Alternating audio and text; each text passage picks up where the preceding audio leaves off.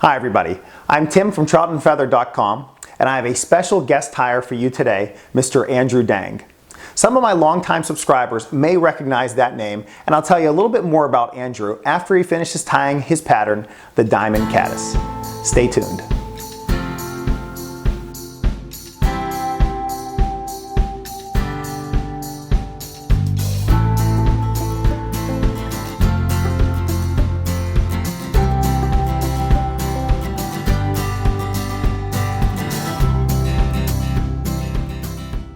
Hi, I'm Andrew, and today I'll be sharing with you my favorite caddis pattern. I've been fly fishing for a bit over 4 years, but 2 years ago I met a man named Keith Gardner, who mentored me and showed me his ways of fly fishing. Since then, I've learned so much from Keith and others, which has really allowed me to progress my fly fishing and fly tying, which allowed me to start tying this really unique pattern. Besides fly fishing, I also really enjoy volunteering for Trout Unlimited, especially TU teens. I also run service projects in my local community, such as the Project Healing Waters gear donation that I ran about 2 years ago. So here's a pattern that's worked well for me, and I hope it works well for you too. Thank you. Start with a size 16 Dai-Riki curved shank hook, the model 135, with a fitting black nickel bead. Start your tying thread and wrap to the back bend of the hook, and then cut your thread free.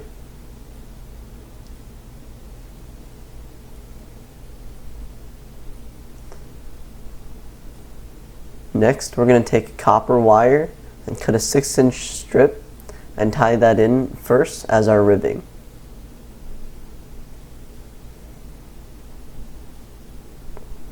Start at the front of the hook and then tie all the way back to where you stopped your thread.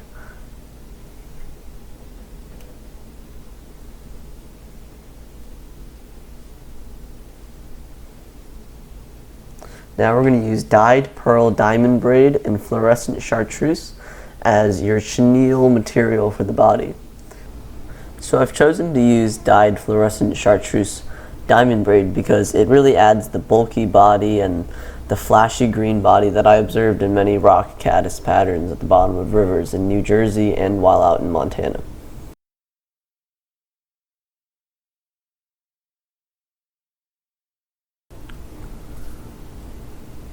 So you're going to tie your diamond braid in securely, and then palmer your diamond braid up to just behind the bead, where you'll then tie it off and cut it free.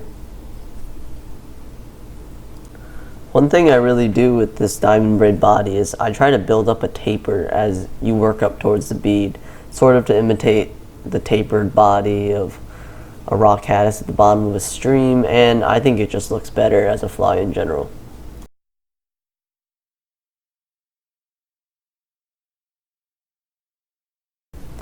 Now you'll take your copper wire rib and open spiral wrap it up to where you ended the braid body to act as ribbing for your caddis fly. When I rib the body of this braid, I really like to press the wire in so that it sort of compresses your braid and secures it to the hook, and also sort of enhances the ribbing look of the copper wire. Next, you're going to break or cut off your copper wire and build a small thread base behind the bead. Next, you're going to prepare a soft hackle feather using the tip first and then tie it in right over your thread base. Here, I'm using Starling skin, which has really short feathers with soft, wavy hackle fibers, which I think really looks good underwater, but really, any short, soft hackle can work very well on this pattern.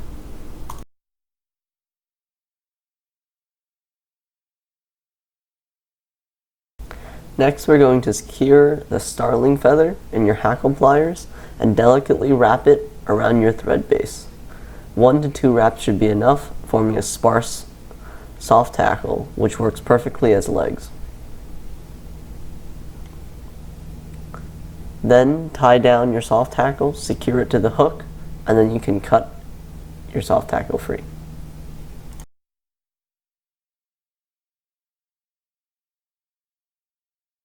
Then you're going to wrap your hackle fibers back so that there's room for a dubbing collar.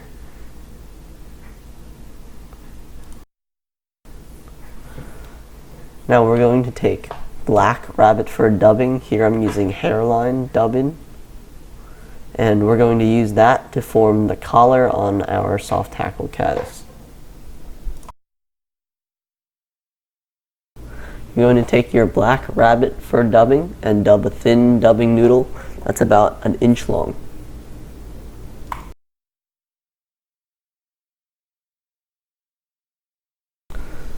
Slide your dubbing noodle up to the hook and then begin wrapping it to form your collar in front of your bead.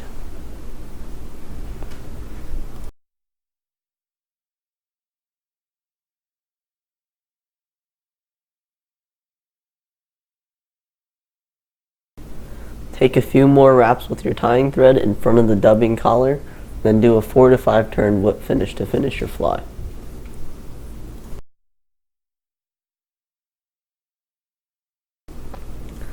When you're finished, you can cut your tying thread free and your fly is finished. Here's one last look at the full view of the fly.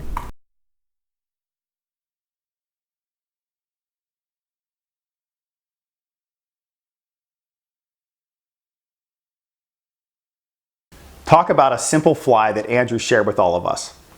If you're anything like me, as soon as you saw Andrew finish that pattern, you probably thought, how can I vary this fly? But don't do that yet. First, tie up a bunch of them and place them in your caddis box because they're going to work perfect to represent the Grannom caddis hatch.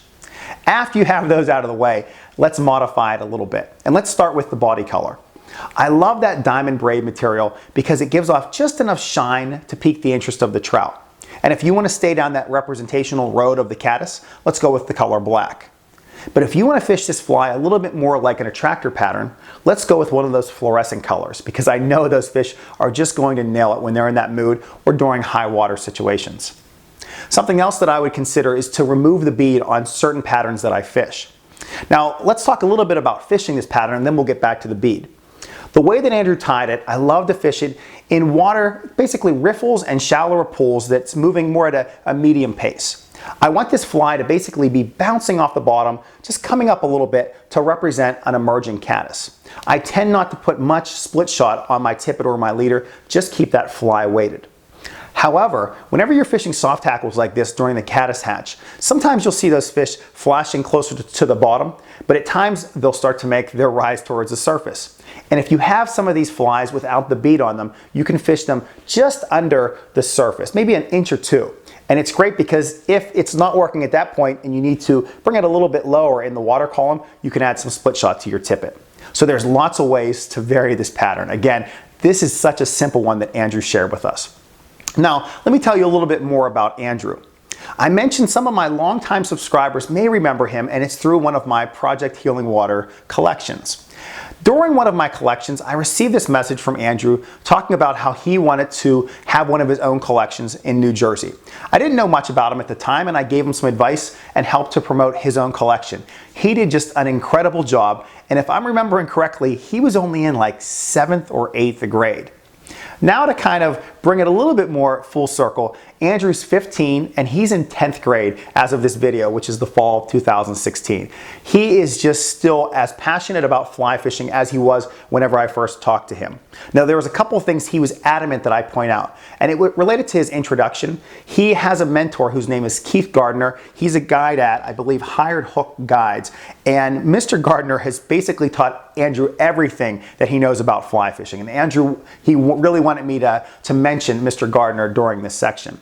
But to tell you a little bit more about Andrew, Andrew's involved in not only his own Project Healing Waters collection, but he's also involved with TU Teens, and he participated in their summit in Montana. Andrew is also incredible when it comes to video editing. I wish he lived closer to me because I would have him edit all these videos. He is just a natural with it, and he has his own YouTube channel. I'm going to put a link to it in the description of this video so you can check out his channel, but trust me, his videos are just incredible. He has some great fly fishing videos, and they were even featured on Phil Monahan's Orvis website. So by all means, check those out and like some of his videos because he just has some great stuff going on.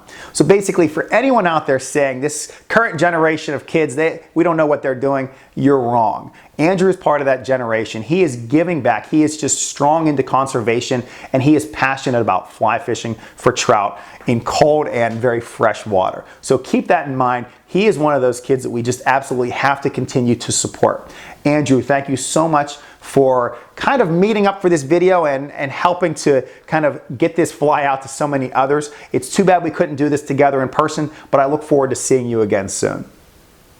Well, thanks go out to basically everyone else for watching this video of Andrew's Diamond Caddis. If you'd like to watch more videos like this, you can check out my website, which is troutandfeather.com. I also have a Facebook page and an Instagram account under those headings. I tend to post more informational articles on the Facebook page, and I kind of give some behind-the-scenes peeks during my Instagram account. I'll also share some of my fishing pictures that way too. If you have any questions or comments about this video or want to share any ways that you would vary this Diamond Caddis, please mention those in the comments section below. Or as always, you can email me at tcamisa@gmail.com. Once again, thank you, Andrew, so much for sharing this great fly with all of us. And thanks go out to all of you for watching it. I'll see all of you guys and girls next time.